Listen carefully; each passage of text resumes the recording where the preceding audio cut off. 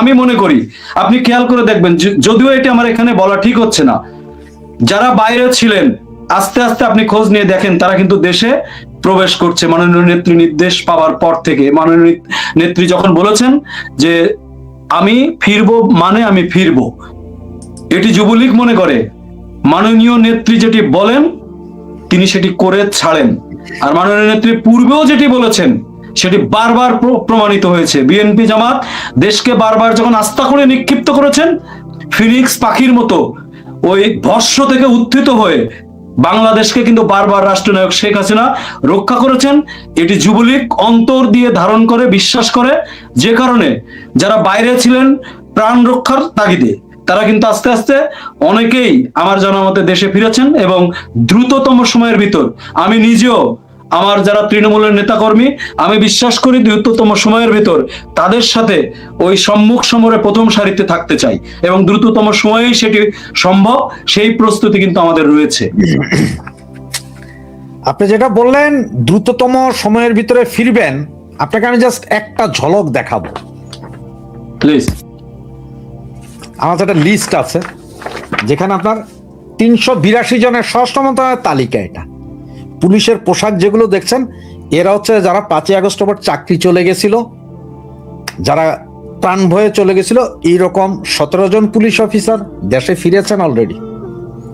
আমাদের আওয়ামী লীগ, যুবলীগ, ছাত্রলীগেরও বাকিরা ফিরেছে। এই ফাইলে পুরো সবার নাম আছে, সবার নাম আছে, কে কোথায় আছে এটা স্বরাষ্ট্র মন্ত্রণালয় যে তালিকা করেছে ওই তালিকাটাই পাঠানো হয়েছে, আছে। তাদের ভিতরে এখন অনেকের নাম আবার নতুন করে মামলা হচ্ছে, এর মধ্যে মনে হয় 3 জন না 4 জন অলরেডি আবার অ্যারেস্ট ঢুকেও গেছে। আমার এক ফ্রেন্ড ছিল বাল্যকালের বন্ধু, এটা হচ্ছে আমি যেহেতু চিটং এর ছেলে ভাই, আমি সারা বাংলাদেশের কথা তো জানি না, চিটং এরটা বলতে পারি। এটা হচ্ছে যে আপনি যে মামলা মোকদ্দমার কথা বললেন, এটা হচ্ছে আপনার আমাদের এখনকার যে এমপি আছে 10 আসনের মহিউদ্দিন বাচ্চু, উনি যখন যুবলীগের আহ্বায়ক ছিলেন ওই সময়কার আমার এক ফ্রেন্ড ছিল, সে ছিল সদস্য, সালে আহমদ ডিগল নাম। আচ্ছা, 86 সাল থেকে 96 সাল পর্যন্ত চিটাং শহরের কোথাও যদি একটা মুরগি মারা যাইতো না, ওর নাম। রাজশাহী ইউনিভার্সিটিতে শিবিরের সাথে মারামারি হয়েছে, সেইখানে 9 নাম্বার আসামি। 86 থেকে 96 পর্যন্ত আপনার 141 মামলার আসামি। সারা বাংলাদেশের কোথাও বিএনপির কেউ মাইর খেলে ওর বাড়ি ভাঙবে। ওর ফাদার জাহাজে চাকরি করতো, আর দুঃখ করে আইসা বলতো আমি যা কামাই 1 বছরে আইসাই 2 পোলার পেছনে শেষ, এদের মামলা মোকদ্দমা হাজির করতে করতে। তো এখন তো ধরেন আর কমিটি নাই, এখন তো নতুন কমিটি দিচ্ছে নাই। তো এই ধরনের যেমন ধরেন আমার চিটাং শহরের আরেকটা ছেলে আছে আপনাদের যুবলীগ করে, সারা বাংলাদেশে মিছিল মিটিং করে, গোলাম সামদানি জনি, এখন ছাত্রলীগ করতো। 89 সালে মাইরা, তখন ছোট ক্লাস 6-এ 7-এ পড়ে, মাইরা ওরা ছুরি মাইরা দিয়া এমন পিটান পিটাইছে আমার বিএনপি অধ্যুষিত নালায় ফালাই দিছে, মনে করছে এটা মারা গেছে। ওখান থেকে রিক্সা ড্রাইভাররা কোলে তুলে নিয়ে গেছে, পরে বাচ্চা ছাত্রলীগ করছে আজীবন।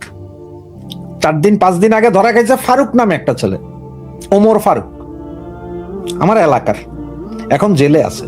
তাও মানে মামলা 12-14টা আছে ওর নামে। পেপারে নিউজ আসছে কি জানেন, যে যুবলীগের সভাপতি সহ 11 জন গ্রেপ্তার। সভাপতি তার টোকাই পায় না, পরে দেখলাম যে আচ্ছা ফারুক তো সরাসরি যুবলীগ করে, এটাই মনে হয় সভাপতি। এখন আপনি আমারে বলেন, কথাগুলো আসছে আমি এই জন্য যে সারা বাংলাদেশে কি করছেন জানি না, চিটাং শহরের কোন একটা ওয়ার্ডে আপনাদের কমিটি নেই। নগর কমিটি বহুদিন পর একটা কমিটি দিলেন 20-22 জন, ওখানে আমাদের ভাইয়েরা আছে 20-22 জন, একটা কমিটি দিলেন, ওয়ার্ডের কোনো কমিটি হয় নাই। এই যে আন্দোলন করতে যায় যে ছেলেগুলা ধরা খাইতেছে, তারা যে বলবে যে আমি এই যুবলীগের একটা সদস্য, সেটার উপায়ও নাই। চোর ডাকাতের মতন অবস্থা তাদের। এখন আপনাদের কি উচিত না যে এই মুহূর্তে এখন হোক বা খুব দ্রুত হোক যে একটা করা, যে বাবারে এখন রাস্তাতে যারা আছে দরকার সব সদস্য, একটা কমিটি ভাই পরে যায় ফিল আপ করেন, যুদ্ধের ময়দানে সব সদস্য। যেমন যে রাশিয়া ইউক্রেন যুদ্ধের সময় রাস্তা থেকে পোলাপাইন তুলে নিয়ে যাচ্ছে না, সব সোলজার, ওইরকম একটা নাম অন্তত ব্যবহার করতে পারবে যে হ্যাঁ আমি যুবলীগের মেম্বার। এটা করা উচিত নয় কি? আপনার কি মনে হয়? উম, আমি না, আমি আপনার সরাসরি সাথে আমরা কথা বলতেছি সেই হিসাবে।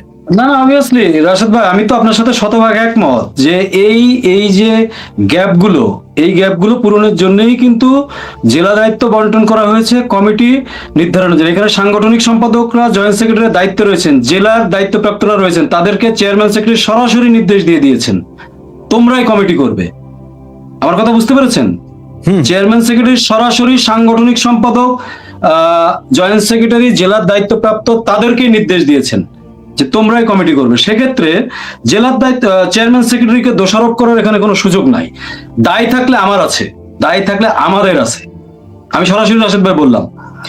আর যে ছেলেটির নাম বললেন গোলাম সামদানি জনি, সে তো 5 আগস্টের পর থেকে এই পর্যন্ত বাংলাদেশে যদি আপনি যুবলীগের 10টা ছেলের নাম বলেন, এই 10টা ছেলের প্রথম দিকে হচ্ছে গোলাম সামদানি জনি, এবং প্রতিটি মুহূর্তে ওর বীরত্বব্যঞ্জক ভূমিকা। আমি নিজেও 5 আগস্ট পর থেকে নিয়মিত তার সাথে যোগাযোগ রেখে ওই কাজগুলো সম্পাদনের জন্য আমরা যে দিক নির্দেশনা দেওয়া, সেটা কিন্তু আমরা করে থাকি। গোলাম সামদানি জনি বলেন বা লিমন বলেন বা টিনু বলেন বা আসিফ বলেন, এরকম যথেষ্ট ক্যাপাবল ছেলে মহানগরে রয়েছে। আর মহানগরের ইউনিটের যে কথাটি বললেন, এটি কিন্তু পুনর্গঠনের কাজ চলছে। আমি যেহেতু পুনর্গঠনের কাজ চলছে, চেয়ারম্যান সেক্রেটারি নন্দী ভাই, হ্যাঁ। আপনাকে একটু সরি করছি, এই আপনি আবার এটা ভুল ইনফরমেশন নিয়ে না যে আমি 2-3টা নাম বলছি তার মানে আমার মনে হয় পছন্দ ওরকম না। যেমন না, না। টিনু কমিশনার আমার ছোট ভাই, প্রতিদিন কথা হয়। এরপরে এই আপনার গোলাম সাম, আমি তো বললাম যে আমি দীর্ঘ 25 বছর দেশের বাইরে, তা আমি আমার এলাকার 2-4 জন ছেলের চিনি, জনি, ফারুক, লিমন, তা টিনু তো আমার ছোট ভাই। এগুলো সব মেয়েদের মধ্যে আফি, এই অ্যাপি, উম্মে কাউসার অ্যাপি, যেটা যে এখন কন্টিনিউ খালি ব্রিজে যায়, শেখ হাসিনার বিরুদ্ধে কিছু লোক সব মুছা দেয়, সেটা আছে।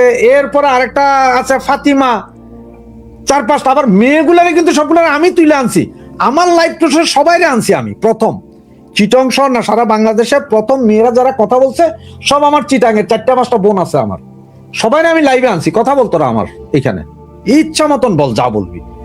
তো এই জন্য আমি যে 4-5 জনের ভাই, এর বাইরে আমি আর নাম জানি না, যার কারণে আমি হয়তো বলি নাই। যাতে না, এটা জাস্ট আপনি একটা মানে একটা সিম্বল হিসেবে একটা নাম বলেছেন। হ্যাঁ জি, আসলে মাঠে বীরত্বব্যঞ্জক ভূমিকা পালন করছে সেক্ষেত্রে। আর আরেকটা জিনিস আপনাকে আমি বলে রাখতে চাই যে এই কমিটি পুনর্গঠনের যে কাজ চলছে, এটিও কিন্তু খেয়াল রাখতে হবে যে মাঠে কারা কাজ করছে এটি দেখেই তো কমিটিটা করতে হবে, পুনর্গঠন করতে হবে। এখন এই 1.5 বছর বা 2 বছর যারা মাঠে নাই, চিটাগাং এর আপনাদের স্থানীয় নেতারা তাদের গ্রুপ ভারী করবার জন্য যে নামগুলো বিভিন্ন সময় দিবে, এটা খুব স্বাভাবিক। এটি আপনি রাজনীতি করে এসেছেন, আমাদের অগ্রজ, আপনি এটি ভালো করে জানেন। সেক্ষেত্রে দায়টা কিন্তু শুধু কেন্দ্রের উপরে বর্তায় না, স্থানীয় নেতৃবৃন্দের কাছ থেকেও কিন্তু আসে। যেহেতু মাননীয় নেত্রী বলেছেন যারা দেশে অবস্থান করছে তাদেরকে অগ্রাধিকার ভিত্তিতে প্রাধান্য দেওয়া, এবং সেটি যাচাই বাছাইয়ের একটি বিষয় থাকে। আর আমি কিন্তু রাশেদ ভাই প্রত্যাশা করেছিলাম আপনি আমাকে, আমি যেহেতু যুবলীগের পাবলিসিটি সেক্রেটারি, আমি সেই রিলেটেড কথা বলবো মনে করেছিলাম। আপনি যে প্রশ্নগুলো করছেন এটা অবশ্যই সাংগঠনিক সম্পাদকদের রাখা উচিত ছিল এখানে, যদি তারা থাকতো একসাথে হয়তো কথা বলতে পারতাম।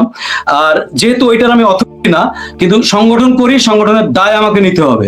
কিন্তু আমি মনে করি সংগঠনের যে পুনর্গঠনের কাজ চলছে, এটি যাচাই বাছাইয়ের কাজ চলছে। সাংগঠনিক সম্পাদক এবং জেলার দায়িত্বপ্রাপ্ত নেতৃবৃন্দ যত তাড়াতাড়ি কেন্দ্রে এটি জমা দিবেন এবং সেটি তত তাড়াতাড়ি হবে বলে আমি মনে করি, এবং আমাদের তৃণমূল আরো বেশি উজ্জীবিত হবে বলে মনে করি। সেক্ষেত্রে আমাদের চেয়ারম্যান মহোদয়, সাধারণ সম্পাদক মহোদয় আন্তরিক রয়েছেন, তাদেরও আরো বেশি দ্রুততম সময়ে তৃণমূলকে উজ্জীবিত করবার জন্য কমিটি গঠন করতে হবে। এটি আপনার সাথে আমি একমত, এবং এটি নিয়ে বারংবার কিন্তু আমি কথা বলবার চেষ্টা করি, এবং আমি সবসময় দেখেছি যে চেয়ারম্যান সেক্রেটারি তাদের ভিতরে সে আন্তরিকতা রয়েছে, তারা দুজনেই মাননীয় নেত্রীর নির্দেশে সেই কাজটি অব্যাহত রেখেছে।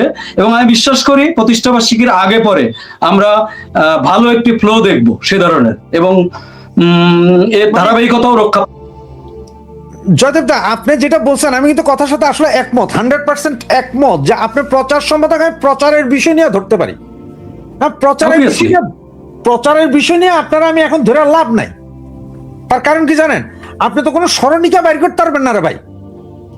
আপনি বাংলাদেশের সম্ভব না যে আপনি যুবলীগের স্মরণিকা বাইর করলাম, 50টা অ্যাড আনলাম, আর আমি আপনারা ধরে গেলাম যে ভাই কত টাকা খাইছেন অ্যাডে।